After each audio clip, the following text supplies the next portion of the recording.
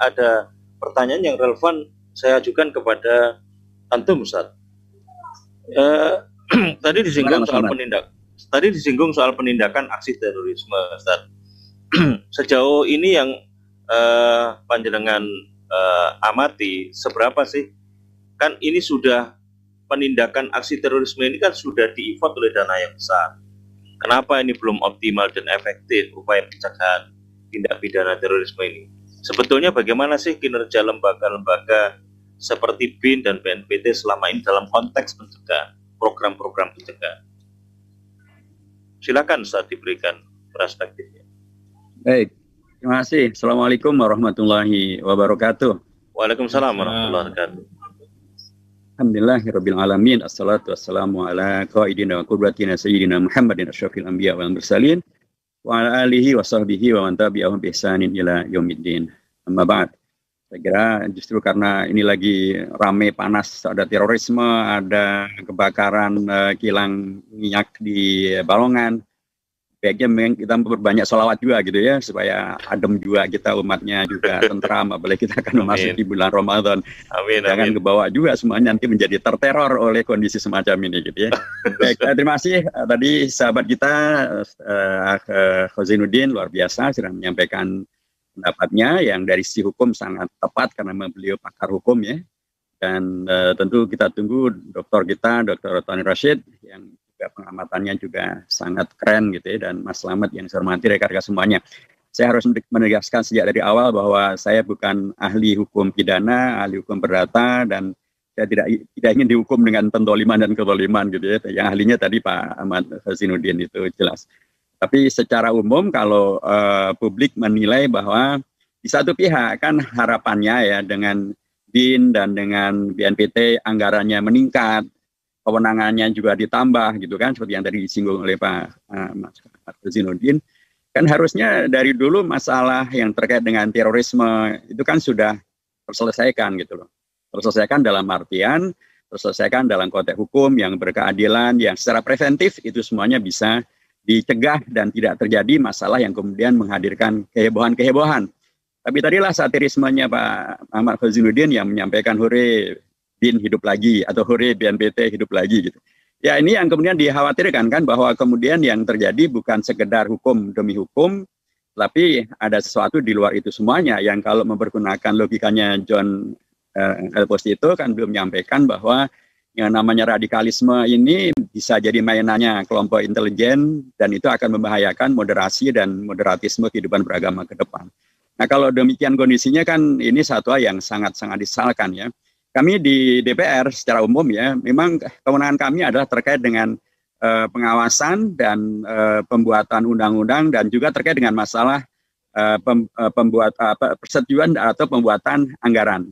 Tentu saja pada setiap tahun di mana kemudian anggaran dibuat dan kemudian selalu kami akan di Komisi 1 untuk BIN maupun Komisi 3 untuk BNPT, pastilah akan bertanyakan kinerja daripada lembaga-lembaga ini dikaitkan dengan anggaran yang terus menaik. Sementara selalu saja bisa dimunculkan hal-hal yang kemudian bisa menghadirkan masalah-masalah yang kita semuanya tidak nyaman dengan isu terorisme, dan kita terteror sebenarnya dengan isu-isu ini yang untuk banyak halnya memang menimbulkan yang tadi yang disebut oleh Pak Khozainuddin juga, pendekatan yang tidak berkeadilan gitu ya.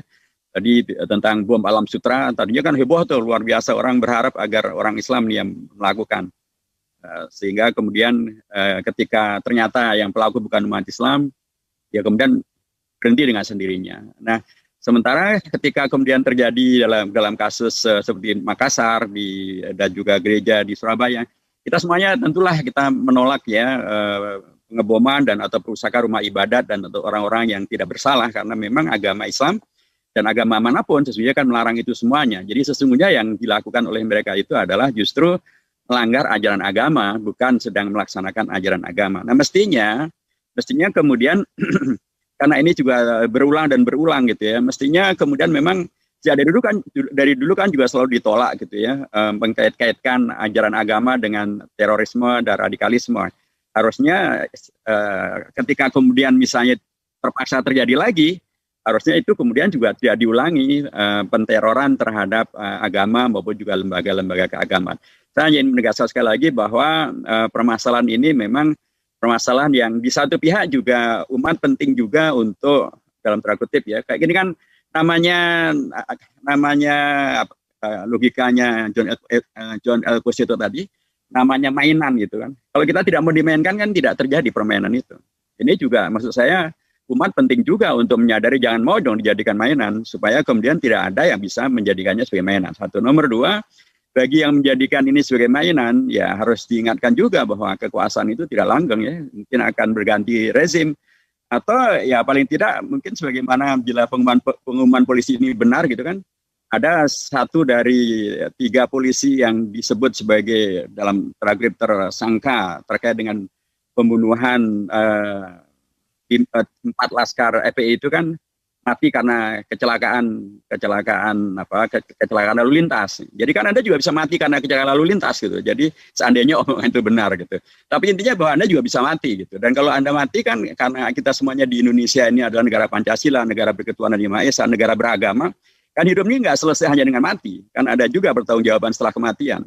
Kalau di dunia ini tidak bisa tegak keadilan yang setegak-tegaknya, maka agama yang ada di Indonesia seluruhnya, apalagi agama Islam, mengajarkan tentang pengadilan yang paling adil. Itulah pengadilan Allah Subhanahu Wa Taala. Itu kan juga penting juga untuk diingatkan. Jadi bagi umat jangan mau kemudian dipakai untuk jadi mainan gitu, karena Anda bukan mainan, Anda adalah hamba-hamba Allah yang utama. Nomor 2, bagi yang membuat mainan ya ingat saja bahwa Anda juga bisa mati. Dan kalau Anda mati, Anda akan bertanggungjawabkan seluruh kezaliman yang Anda lakukan nanti di hadapan pengadilan Allah yang maha adil. Dan karena kita juga lagi-lagi berada di negara demokrasi, begitulah normanya begitu ya, itu ketentuan undang-undang dasarnya, maka ya sangat dipentingkan untuk kita semuanya menyuarakan kebenaran, menyuarakan kebaikan, mengkoreksi beragam hal yang tidak benar, karena itulah dalam konteks Al-Quran kan dikatakan la yukallifu nafsan illa wus'aha ma kasabat wa 'alaiha ma iktasabat wa ma 'alar rasul ilal balagh ma anta 'alaihim bimusaitir. Kita sampaikan saja. Bagaimana nanti hasilnya, kalau bagus alhamdulillah, kalau tetap saja ngotot melakukan kedzaliman, minimal dari sisi kita sudah barra'na anfusana minadz dhimmah. Kalau nanti kita ditanya oleh Allah apa yang Anda kerjakan, kita akan menjawab bahwa kita sudah menyampaikan kebenaran, kita sudah membela kebenaran, kita sudah mengkoreksi kedzaliman, tapi yang mereka kita koreksi tidak mau, mereka tetap ngotot dengan basis kekuasaan, dengan basis banyak-banyakan gitu ya, karena kan sebagian keputusan diambil dengan suara terbanyak, bukan atas kebenaran itu sendiri. Kita sudah sampaikan, ya Allah, kami sudah sampaikan dengan cara yang terbaik, yang argumentatif, yang terbuka, yang tersampaikan kemana-mana gitu ya. Kalau kemudian mereka tetap ngotot tidak mau mendengar, ya Allah, itu bukan kuasa kami lagi untuk kemudian mengkoreksi itu. Nah, mudah-mudahan dengan cara itu maka secara publik kita juga sudah menyampaikan apa yang mestinya dilakukan, pertanggungjawaban keagamaan kita juga sudah menjadi jelas, pertanggungjawaban legal dan konstitusional kita juga sudah kita lakukan. Yai Dr. Haji Muhammad Nur Hidayat Nur Wahid. Sebetulnya urgensi keberadaan RUU perlindungan tokoh agama dan simbol agama agar segera disahkan menjadi undang-undang di tengah penegakan hukum yang masih berketidakadilan atas kasus-kasus hukum terhadap tokoh dan simbol agama itu apa? Yai, bisa dijelaskan secara detail dan secara pointers-pointersnya begitu. Baik, terima kasih. Sekali lagi, Assalamualaikum warahmatullahi wabarakatuh. Waalaikumsalam warahmatullahi wabarakatuh. Mas Dr. Tani Rashid, Mas Ahmad Khazinuddin, dan Mas Slamet, dan rekan-rekan semuanya. Pertama, urgensinya adalah karena kita sepakat kita berada di Indonesia, dan Indonesia itu adalah negara Pancasila, Indonesia adalah negara hukum, maka sudah sangat seharusnya bila nilai-nilai itu termanifestasikan di dalam perilaku kehidupan berbangsa, bernegara, berhukum dalam konteks yang real dan konkret. Nah, salah satu di antaranya adalah terkait dengan masalah hukum terhadap atau untuk para tokoh agama maupun simbol-simbol agama yang belum diatur secara lex specialis. Itu ada ketentuan-ketentuan umum dalam KUHP terkait dengan masalah ancaman ataupun terkait dengan masalah penghalangan. Tetapi sampai pada tingkat ketentuan tentang kalau sampai pada tingkat penusukan seperti yang terjadi dengan Syekh Al-Jabir, itu yang dipakai adalah masih hukum umum. Kalau kemudian sampai pada tingkat perusakan rumah ibadat, bahkan belum ada yang secara spesifik mengatur tentang hal itu. Padahal faktanya dalam konteks Indonesia, dan yang terakhir tadi misalnya, bom yang kemudian diarahkan kepada rumah ibadat atau dalam pemahaman kami yang dimaksud dengan simbol agama diantaranya adalah juga ada rumah-rumah ibadat, ada gereja, ada masjid, ada musola, kelenteng dan lain sebagainya. Nah, belum ada aturan hukum di Indonesia yang secara spesifik mengatur tentang bila ada yang melakukan kejahatan terhadap rumah ibadat, apakah dengan mengebom atau membakar atau melakukan vandalisme. Ketiga-tiganya semuanya sudah terjadi. Ya, ngebom di beragam tempat kejadian. Untuk dilempar dengan bom molotov, kejadian juga dengan salah satu masjid di Tangerang. Dilempari batu, dirusak, dan kemudian bahkan menteror jamaahnya terjadi di Masjid Dagu di Bandung. Ya. Kemudian pun juga merusak masjid dan musolanya, dan kemudian membakar sajadahnya, kejadian di Padang. Jadi banyak sekali, atau kalau kemudian mencoret-moret begitu ya dengan vandalis gitu, kejadian di masjid di Pondok Labu. Kemudian kalau imamnya lagi memimpin sholat kemudian ditikam, itu kejadian juga di Pekanbaru. Kalau sedang sholat kemudian ditusuk sampai meninggal, kejadian di Temanggung. Ada yang muadzin lagi adzan dipukul dengan besi dari belakang, kejadian di Garut. Banyak sekali kejadian-kejadian yang menandakan bahwa kita berada di negeri Indonesia, negara yang berketuhanan yang Maha Esa, negara hukum, tetapi perlindungan terhadap para ulama, tokoh agama, termasuk yang dipersekusi sehingga tidak bisa menyampaikan tabliknya atau ajaran agama, ceramahnya, itu kan juga banyak sekali kejadiannya. Nah, ini belum ada aturan yang secara spesifik mengatur tentang hal itu. Padahal, sekali lagi kita berada di negara Pancasila, ketuhanan yang Maha Esa, negara hukum, dan lain sebagainya, ada pengadilan agama dan seterusnya. Tapi ini semuanya belum ada aturan yang spesifik. Sehingga terjadilah pengulangan. Memang banyak sebab mengapa terjadi terorisme.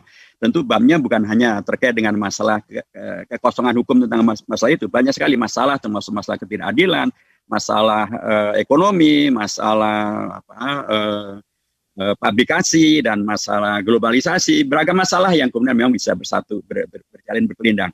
Tapi hal yang juga menarik adalah, mari kita lihat di luar negeri, di Amerika dan di Eropa, dua kawasan yang jelas adalah kawasan bukan mayoritas Islam, dan bahkan secara prinsip mereka menganut kepada prinsip sekulerisme.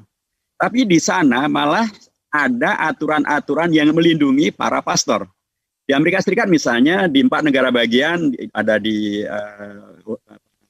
Texas, ada di Ohio, dan juga di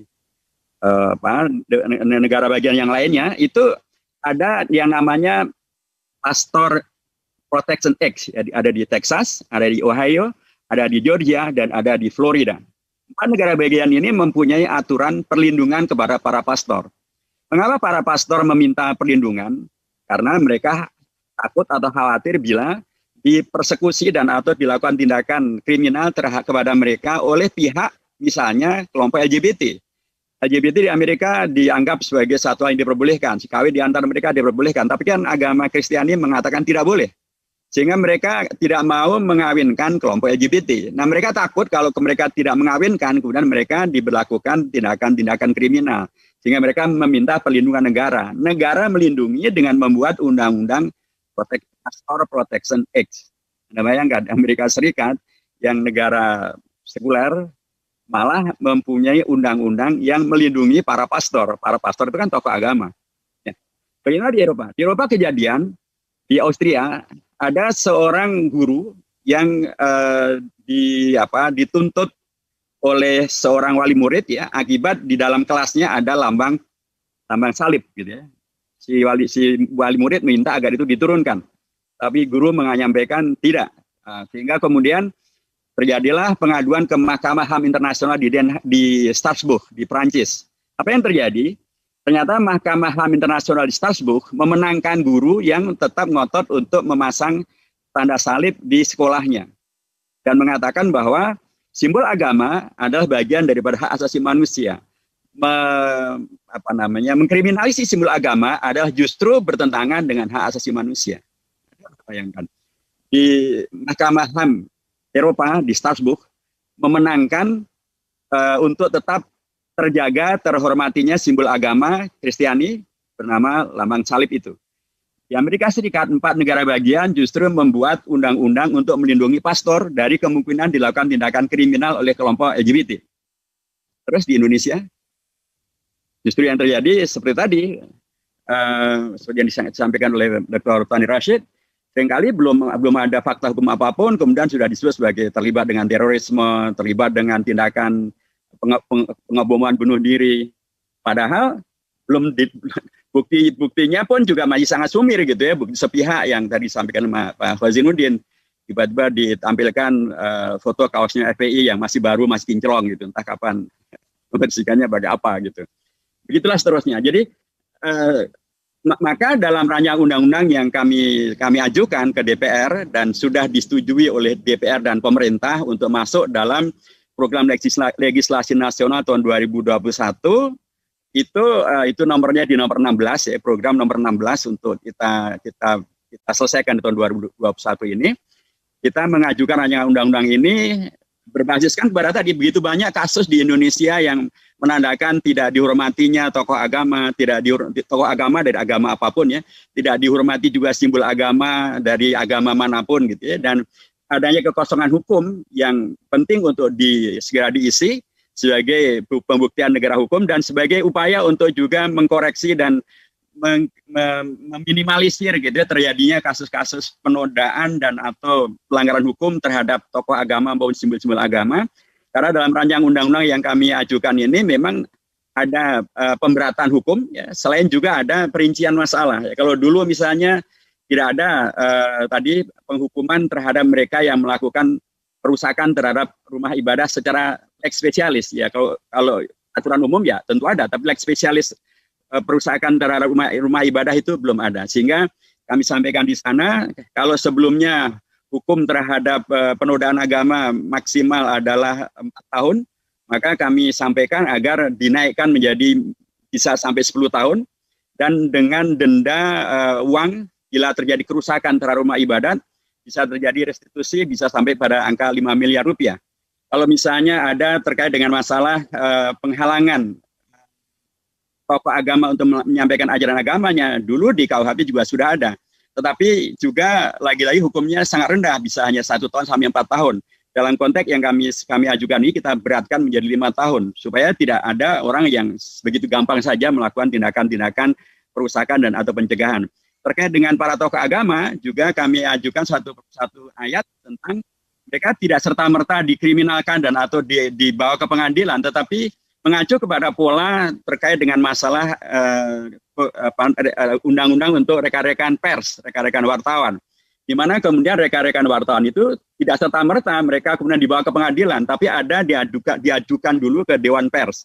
Nah, dalam konteks ini nanti ada Dewan Etik yang akan mengurusi tentang bila ada pengaduan terhadap tokoh agama yang dianggap melakukan tindakan yang dalam tanda kutip bermasalah. Jadi ada penyelesaian dulu sebelum kemudian dia dilakukan tindakan kriminalisasi dan apalagi terhadap yang terkait dengan masalah pendoliman. Undang-undang sekali lagi sudah kami ajukan dan sudah disetujui oleh pemerintah dan DPR menjadi program legislasi nasional nomor 16. Kita akan kerjakan, kita sudah sosialisasikan juga ke beberapa tokoh ormas, dan ketika kemudian masalah ini muncul dan saya membuat rilis terkait dengan peristiwa bom Makassar ini menandakan bahwa rancangan undang-undang tentang perlindungan agama, tokoh agama dan simbol agama menjadi semakin diperlukan. Ternyata dukungan ini banyak ya, termasuk Prof. Jimmy Asidiki juga sangat mendukung, Prof. Aja juga sangat mendukung, ormas-ormas juga banyak yang sudah menyatakan dukungan, tadi Pak Dr. Tony Rashid juga menyampaikan dukungan. Kita berharap bahwa undang-undang ini dihadirkan. Memang tentu belum bisa menyelesaikan seluruh masalah terkait dengan terorisme, karena akar masalah terorisme terlalu banyak gitu. Tadi itu masalah ketidakadilan, masalah ekonomi, masalah memang ada framing internasional dan atau pesanan internasional. Tetapi mudah-mudahan dengan adanya undang-undang yang memberikan vonis hukum yang keras terhadap mereka yang melakukan kejahatan-kejahatan perusakan terhadap rumah ibadah, menghalangi para tokoh agama dan atau melakukan tindakan-tindakan yang kemudian membawa kepada tindakan kriminal yang saya sebutkan. Ketika mereka tahu bahwa sanksi hukumnya bisa sangat berat, mereka pun juga bisa berpikir ulang. Tapi juga sebaliknya, jangan sampai para tokoh agama dengan mudah dikriminalkan hanya karena laporan sepihak dan atau karena framing. Harus ada mekanisme terlebih dahulu di Dewan Etik untuk menyelesaikan masalah seperti ini. Demikian Pak, terima kasih. Silakan Yai Dr. Haji Muhammad Nur Wahid. Tadi saya juga ada titipan pesan, kira-kira seberapa kemungkinan pengesahan melihat pandangan-pandangan fraksi dalam DPR, seberapa jauh itu pengesahannya nanti kalau sudah ditetapkan sebagai prolegnas 2021. Serta tadi ada pertanyaan dari Pak Bob Arbas ya, soal korelasi antara RU perlindungan tokoh agama dan simbol agama dengan kasus bom tadi, termasuk dengan hot issue. Silakan Yai, bisa diberikan. Ya, baik, terima kasih. Tadi juga ditanyakan apakah ini juga bagian dari pengalihan isu. Ya memang pengalihan isu ini seksi ya, apa-apa kemudian pengalihan isu, apa-apa pengalihan isu. Tapi kalau kemudian karena kita terlena dengan istilah pengalihan isu, maka masalah-masalah ini bisa jalan terus. Misalnya kemarin ada perpres tentang investasi terkait diantaranya adalah terkait dengan masalah miras. Itu dia lampiran nomor 3. Orang mengatakan ini pengalihan isu. Kalau kita biarkan, jadi betul itu investasi untuk miras bukan hanya di 4 provinsi, tapi di seluruh provinsi di Indonesia, asalkan diusulkan ke gubernurnya dan ditetapkan oleh BKPM. Jadilah itu. Jadi kalau kita terpaku dengan istilah pengalihan isu dan kemudian kita membiarkan yang lain terjadi, terjadilah kekacauan di Indonesia. Misalnya juga tentang impor beras, orang mengatakan ini pengalihan isu juga. Nah kalau kita biarkan pengalihan impor betul-betul terjadi, dan kemudian petani kita betul-betul tikus mati di lumbung padi gitu ya. Jadi ada semua masalah perlu kita kritisi, baik itu yang disebut pengalihan isu atau bukan pengalihan isu. Semuanya harus kita kritisi karena secara prinsip kita berada di Indonesia yang menegaskan dirinya sebagai negara demokrasi, kedaulatan rakyat dihormati, ini adalah negara hukum harus ditegakkan. Bahkan Kapolri kan dengan gagah menyampaikan bahwa beliau akan melakukan hukum yang presisi, di mana hukum itu tidak lagi tajam ke bawah, tumpul ke atas, tapi akan betul-betul menjadikan hukum sebagai satu hal yang adil bagi semuanya. Tidak lagi polisi sebagai alat keamanan, tapi polisi adalah untuk melindungi rakyat. Itu kan sangat bagus. Nah, jadi kita ingatkan saja beragam penyimpangan dan atau hal yang kita perkirakan sebagai menyimpang, tidak sesuai dengan Undang-Undang Dasar, tidak sesuai dengan Undang-Undang, tidak sesuai dengan janji kampanye, tidak sesuai dengan harapan rakyat. Kita kritisi saja, karena secara prinsip itulah salah satu daripada ciri negara demokrasi, ciri daripada negara yang dengan demokrasinya memberikan kedaulatan pada rakyat, negara yang kemudian mempergunakan sistem hukum supaya kemudian tidak berubah menjadi negara kekuasaan maksat, kita masih adalah tetap negara hukum. Jadi menurut saya tidak terlalu pusing dengan ini pengalihan isu atau tidak, tapi yang jelas bahwa ada kekosongan hukum yang harus diisi. Tadi terkait dengan masalah perlindungan kepada tokoh agama supaya tidak mudah dikriminalisasi. Tadi ada perlindungan terhadap simbol-simbol agama, termasuk apakah itu tentang Allah, tentang Tuhan, gitu ya, tentang para nabi, tentang kitab-kitab suci, tentang rumah-rumah ibadah. Karena kan begitu banyak kan rumah ibadah dilakukan tindakan vandalisme, dicoret-moret dengan coret-coretan yang sangat tidak pantas, kemudian dilempar bom molotov, kemudian dilempari batu, kemudian pada ini adalah di negara ketuhanan Yang Maha Esa. Tapi ya tadi yang anehnya kalau untuk mereka yang melakukan tindakan ini kepada masjid dan musola, kemudian simpulannya pelakunya adalah sakit jiwa atau gangguan mental dan lain sebagainya, nggak pernah disebut sebagai teroris. Tentu sekali lagi, nah kondisi ini tentu harus ada solusinya dalam negara hukum, harus ada solusinya. Termasuk bila kemudian rumah-rumah ibadah dilakukan tindakan-tindakan perusakan itu. Jadi sementara di undang-undang yang ada belum secara lex spesialis mengatur tentang hal ini. Karenanya kita atur, kita sampaikan sebuah rancangan undang-undang untuk kemudian bisa memberikan hal yang membuat publik semakin menghormati rumah ibadah dan tokoh agama, dan tidak mudah untuk kemudian terprovokasi dan atau ikut-ikutan melakukan tindakan-tindakan teror atau terorisme terhadap tokoh agama maupun juga rumah ibadah, simbol agama. Nah, dengan cara itu maka rancangan undang-undang ini memberikan salah satu daripada upaya pencegahan supaya tidak terjadi kejahatan terorisme dan atau pengerusakan terhadap rumah ibadah maupun juga simbol agama maupun juga tokoh-tokoh agama. Disitulah letak korelasinya. Jadi ketika masjid dilempari batu, dilempari bom molotov, dibakar, dirusak kitab sucinya, diobrak-abrik, disobek, sejadahnya dibakar seperti di Sumatera Barat itu, relatif tidak memunculkan dalam tanda kutip ya ketertarikan media untuk membesarkan, dan apalagi ketertarikan para pengamat dan atau ketertarikan hukum untuk menjadikannya sesuatu heboh, sehingga tidak menghadirkan katakanlah perhatian publik sekalipun itu terulang-ulang. Tapi begitu kejadian di Makassar kan semua orang bicara, semua media, semua TV, semua live, dan Masya Allah gitu kan. Nah ini kan kemudian menjadi mengingatkan bahwa ini memang ada masalah dalam hal sistem dan aturan hukum di Indonesia. Belum ada aturan hukum yang secara spesifik, saya katakan spesifik ya, like spesialis, yang kemudian akan bisa menjerat hukum terhadap mereka-mereka yang melakukan tindakan kejahatan terhadap tokoh agama maupun juga simbol-simbol agama. Di titik inilah relasi dan korelasi itu menjadi ada dan menjadi wajar. Nah, bagaimana kita di DPR-nya? Ya, secara ini adalah satu rancangan undang-undang yang sesungguhnya merupakan usulan dari 3 partai atau 3 fraksi, yaitu dari fraksi PKS, yang semula kami mengusulkannya adalah rancangan undang-undang perlindungan ulama, tokoh agama, dan simbol agama. Tapi karena mayoritas di sana adalah bukan dari partai Islam, maka mereka berharap jangan menjadi seolah-olah yang dilindungi hanya ulama saja. Jadi agar kemudian kembali kepada terminologi umum tokoh agama. Nah, tokoh agama tentu sebutannya di setiap agama menjadi beragam-ragam. Kalau di Islam ada namanya disebut ulama atau kiai atau ustadz dan lain sebagainya. Kalau di Kristen Katolik bisa disebut pastor atau pendeta dan seterusnya dan seterusnya. Jadi akhirnya judulnya adalah tokoh pelindungan tokoh agama.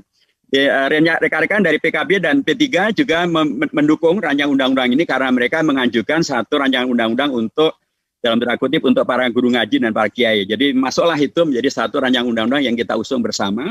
Dan secara prinsip kita tahu bahwa konstelasi PKB dan P3 adalah secara posisi politiknya berbeda dengan PKS. Kalau PKS kan berada di luar pemerintahan, P3 dan PKB berada dalam pemerintahan. Jadi kalau ini dijadikan simbol begitu ya, yang di dalam pemerintahan juga mendukung, yang di luar pemerintahan juga memang juga mengusulkan.